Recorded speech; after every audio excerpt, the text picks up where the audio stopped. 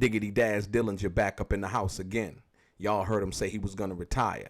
Today, he addresses the retirement statement and actually what that means. Also, Daz addresses the haters and why they keep watching his pockets and how much money he's making.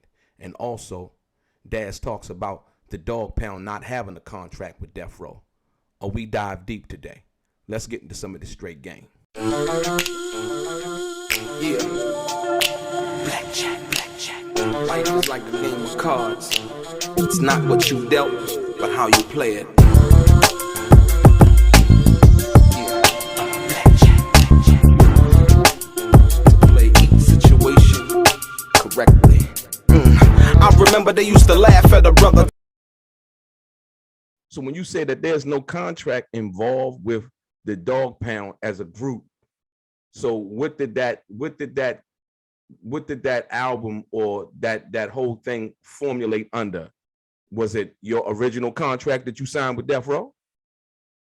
Yeah, it should be. Yeah, I mean, no, that's what I'm saying. That's what I'm saying. Because if it wasn't under the artist name, you know, as far as We that, were just making up shit. They were just going with anything I was fucking saying. Okay. As long as I make the music and put the album together, Murder Was the Case, all that shit. I'm the one that thought about the album cover. Oh, you did? Did the first songs for the motherfuckers and turning that shit into a motherfucking soundtrack. Wow. So that's why I say my name is on every motherfucking piece of music, album, all that shit from the beginning, from the Chronic to the end of Tupac shit and the rest of that shit. My name is on every motherfucking album. You look at every other album on there, you see Corrupt, Snoop, but you don't see all the way through. You know what I'm saying? My shit all the way through. All the way through. I'm about damn near 80% worth of my music is Death Row. Wow. But now you own all of it now. Yeah, when Snoop give it back to us, he's gonna present it to us, you know what I'm saying? And we're gonna work and get this motherfucking money. Shout out to Big Snoop Dogg for defeating the motherfucking devil. Yeah, shout out to Snoop. And not only that, so you talked about earlier, or should I say people have said, and I heard you sort of mention it, but when Dr. Dre first did the Chronic, you was doing some beats on there. Yeah, I was getting drum programming.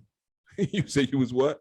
Getting drum programming. Oh, the drum program. I thought you said the drug program. I'm like, what'd you say, yo?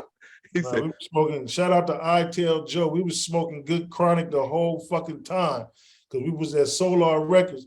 We used to go to Solar Records. I used to hotwire the motherfucking elevator from the first floor to the third floor. Take the back off, get a piece of foil, click that motherfucking me and Corrupt, go on to the third floor where the studio is. We'll go in the back, grab one of them tapes, and erase that motherfucker. And then Dick Griffey, the owner of Solar Record Company, say, is that my motherfucking master?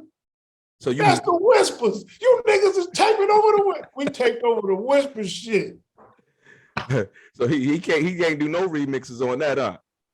Shit, shout out to Dick Griffey.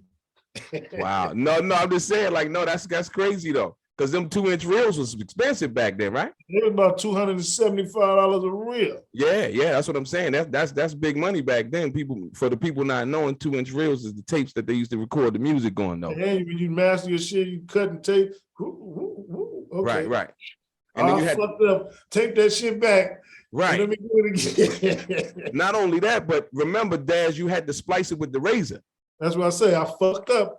Now put the tape back on there. And let me try it again. I didn't get it on the one. Yo, that's good. Yo, that's crazy. That's crazy. So when you say, yo, you retired, man, you mean to tell me you ain't doing no more shows? I'm gonna continue to do shows. You gonna continue to do shows? As far as me trying to be these artists and right going out there and in the pub, all that shit, trying to be a star. Okay. I did that already. I'm retired. I'm just kicking back and enjoying my life. And I got enough music to live for the rest of the eternity until I'm gone. You know what I'm saying? My music's still going to be here. You know what I'm saying? Absolutely. And I did my job. Right. Job well done, Daz.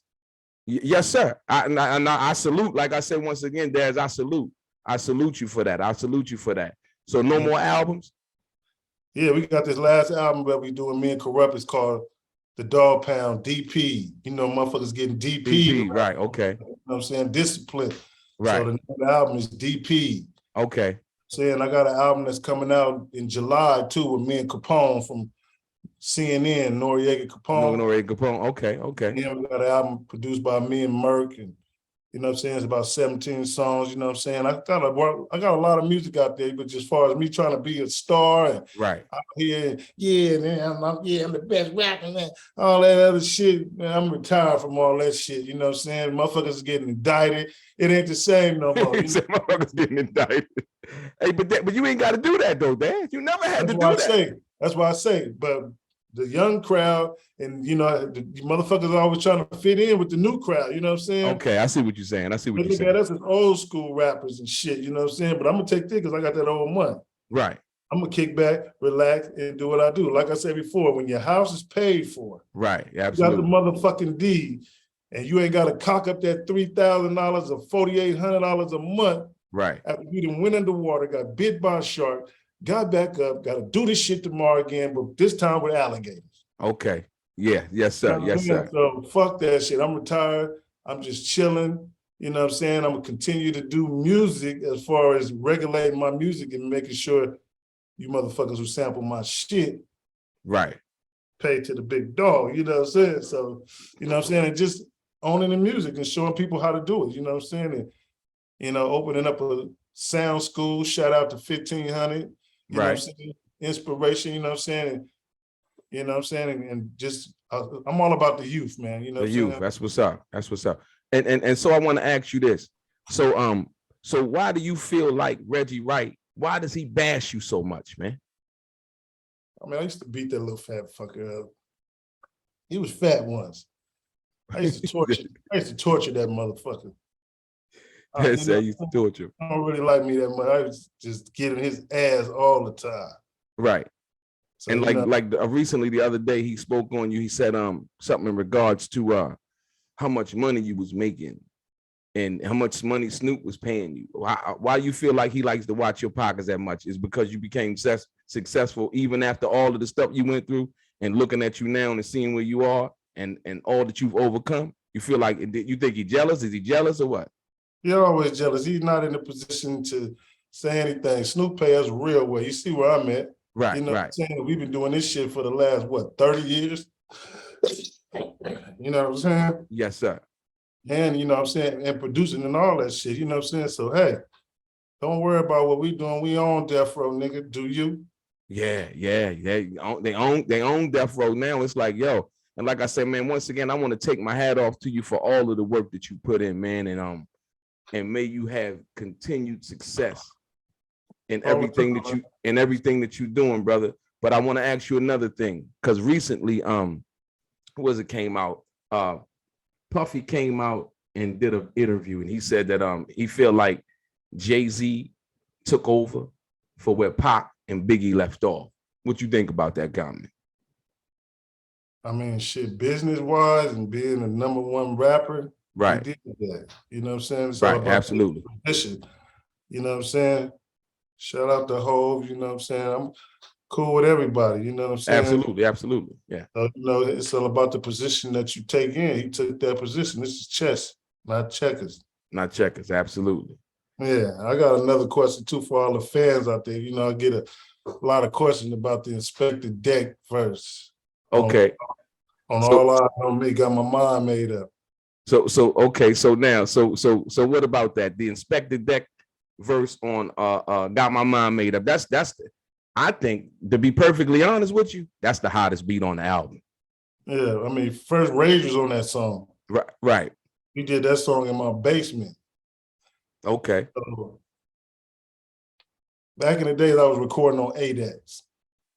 And it was 3 8X. The 3 tapes, the stack joints, right? Yeah, absolutely. They couldn't find the third one at Dr. Dre house, so they only put the 2 of them and transferred the 2. And the 2 had his background vocals on there. Wow.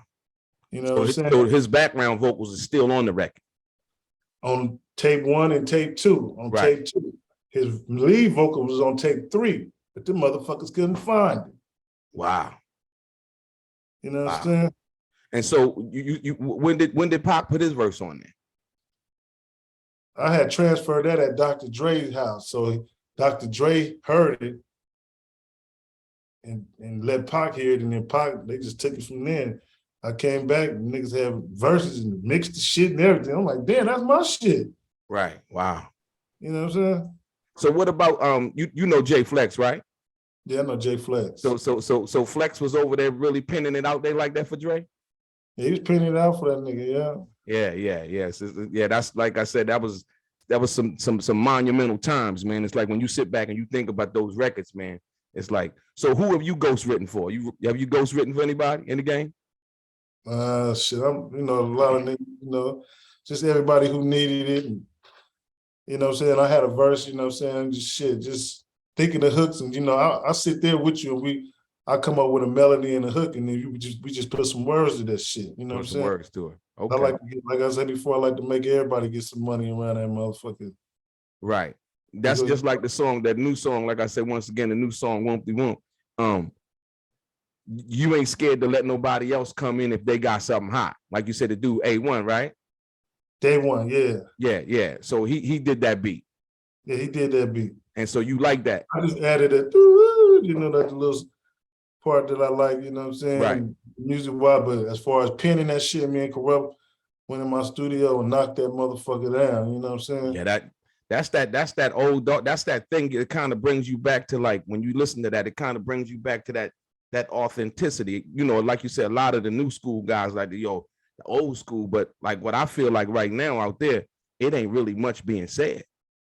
Daz Dillinger in the building, a legendary hip hop producer, OG to the game, Platinum Plus.